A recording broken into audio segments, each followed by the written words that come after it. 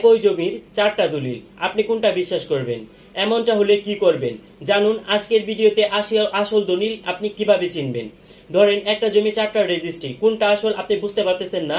আজকের ভিডিওতে আমরা আসলে কথা বলবো একই জমি যদি বিভিন্ন দলিল থাকে এবং একাধিক দলিল থাকে তাহলে আপনি আসল দলিল সেটা কিভাবে চিনবেন।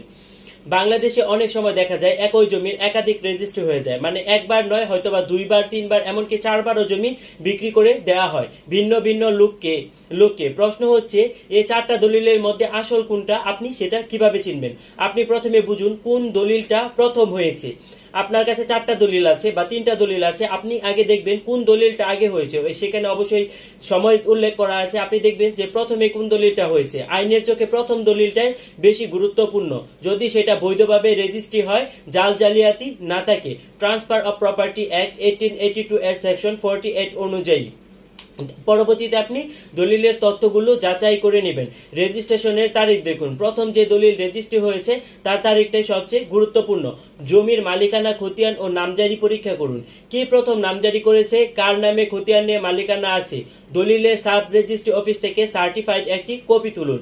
যাচাই করুন দলিলগুলো জাল কিনা, জাল হলে তা বাতিল করা যাবে। সাক্ষী ও দলিল লেখক যাচাই করুন। প্রত্যেকটা দলিলের সাক্ষীর নাম, দলিল লেখকের স্বাক্ষর, নথিভুক্ত নাম আছে কিনা তা একটু কষ্ট করে মিলিয়ে দেখবেন। কোর্টে কিভাবে প্রমাণ করবেন আসল দলিল কোনটা? যদি আপনার কাছে আসল দলিল থাকে সিভিল মামলা করুন। ঘোষণা চান অন্য দলিলগুলো জাল এবং বাতিল ঘোষণা চেয়ে।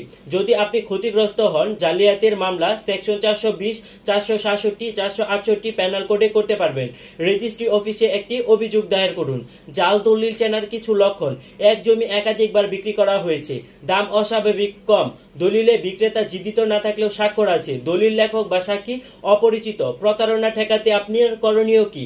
দলিল করার আগে জমির হাল, খতিয়ান, দাগ নম্বর, CSSARS রেজিস্ট্রি অফিস রেকর্ড যাচাই করুন।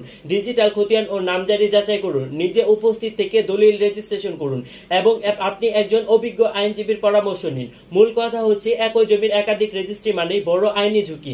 আগে কে মামলা করেছেন এবং কার দলিল বৈধ সেটা যাচাই ছাড়া এখনো জমি কিনবেন না। আইনের সাহায্য নিন। প্রতারণা